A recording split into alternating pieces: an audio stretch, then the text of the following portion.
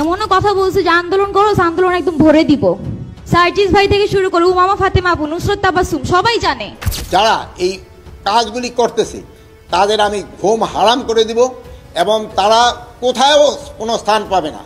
দেশে যে এখন কি ঘটছে সেটা আসলে সবাই জানে। কারো কাছে মনে হচ্ছে একদিকে সার্কাস ঘটছে, অপরদিকে এইটা মানতেও সবাই বাধ্য হচ্ছে দেশের যে বর্তমান পরিস্থিতি, আইন শৃঙ্খলার যে অবনতি, সেটা প্রায় তলানিতে যেয়ে ঠেকেছে। মানে মানুষ এখন বাসা বাড়িতে, নিজ এলাকাতে তাদের নিরাপত্তা নিয়ে শঙ্কায়। স্পেশালি গতকালের যে ঘটনাটা, সেটা সবাইকে একটা অন্যরকম ভয়ের মধ্যে রেখেছে এবং মানুষের যে ক্ষোভ সেটা দিন দিন যেন আরো বাড়ছে। নিজ বাসায়, নিজ এলাকায় এক স্বর্ণ ব্যবসায়ী 200 ভরি স্বর্ণ লুট হলো, সাথে 1 লাখ টাকাও নিল এবং তার গায়ে করা হলো। এবং এই নিউজ দেওয়া পর্যন্ত এখন পর্যন্ত কাউকে চিহ্নিত করা যায়নি, কোনো গ্রেপ্তারও হয়নি। এখন এই ঘটনা নিয়ে অনেকের অনেক রকম প্রশ্ন, যে এটা কি আসলেই হঠাৎ করে কোনো নাকি প্রি প্ল্যান্ড করে করা। আবার কেউ কেউ এমনটাও বলছে এই ব্যবসায়ী কেন 200 ভরি স্বর্ণ নিয়ে বের হলো রাস্তায়। এছাড়া ধানমন্ডি এলাকায় সেখানেও কিন্তু গতকাল এমন ঘটনা ঘটেছে যে এখানে 50 থেকে 60 জন অপরিচিত তরুণ কিশোররা দাঁড়িয়েছিল নিয়ে এবং তাদের উদ্দেশ্য ছিল অন্য কিছু। মসজিদে মাইকিং করে পরবর্তীতে তাদের ওখান থেকে তাড়ানো হয়। যাই হোক, বিগত কয়েক সপ্তাহ ধরে এমন ঘটনা দেখতে দেখতে মানুষজন এখন এতটাই অতিষ্ঠ যে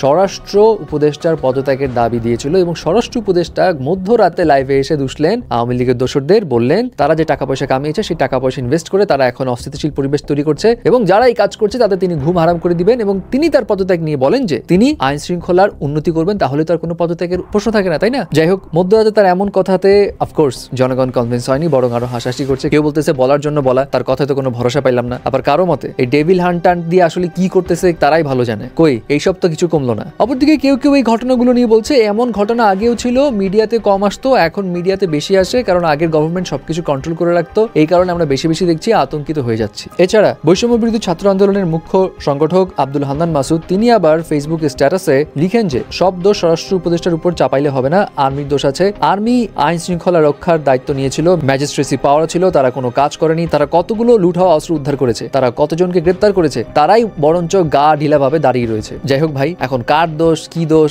একজন আরেকজনের উপর এমন দোষ চাপাইলে হবে না। জনগণ সিফ একটা জিনিসই চাই, সেটা হইতেছে শান্তি, দুবেলা ঠিকমতো খাওয়া দাওয়া, ব্যাস এটাই। যে দোষী তাদের বিরুদ্ধে অ্যাকশন নাও, গ্রেপ্তার করো, এটাই মানুষের চাওয়া। যাই হোক, এই সব চাওয়া পাওয়া এবং অস্থিতিশীল ঘটনার মাঝে এই আপু মনি আসলো মানুষের মাথা ঘুরাই দিতে। আদ্রিনা মাহি যিনি প্রেস কনফারেন্সে জানান 4 আগস্টে তিনি ছাত্রলীগের দ্বারা নিপীড়নের শিকার হন এবং পরবর্তীতে তিনি কনসিভ করেন এবং তিনি সার্জিস আলম সহ, মোয়া ফাতেমা সহ আরো কয়েকজন সমন্বয়ক এবং তার সহযোদ্ধাদের বিরুদ্ধে অভিযোগ তোলেন যে তারা সবকিছু জানা সত্ত্বেও কোনো অ্যাকশন নেয়নি। এবং পরে সোশ্যাল মিডিয়াতে অনেকেই, তার সহযোদ্ধা বলুন বা সমন্বয়করা বলুন, একের পর এক পোস্ট দিয়ে জানান দেয় যে তার এই ঘটনাগুলো মিথ্যা। কোনো পোস্টে লেখা রয়েছে তিনি ম্যারিড, তিনি নিজে উল্লেখ করেছেন। আবার কোনো পোস্টের স্ক্রিনশটে উল্লেখ রয়েছে যে তার যে 3 মাস ধরে মাসিক হয় না, এটা তিনি টেরই পাননি। আবার কিছু পোস্টে এমনও রয়েছে, বিশেষ করে উমামা ফাতেমার একটা শেয়ার করা পোস্টে উল্লেখ রয়েছে এই নারী সামহাও হয়তো সেন্ট্রালে পদ চায় এবং এই কারণে সে এমন কোন নাটক সাজাতে পারে অ্যাটেনশন পাওয়ার জন্য বা সিম্প্যাথি পাওয়ার জন্য। এছাড়া আরেকজনের পোস্টে উল্লেখ রয়েছে তার মা জানিয়েছে এই আদ্রিনা মাহি মানসিকভাবে অসুস্থ এবং সে কারো কথা শুনে না।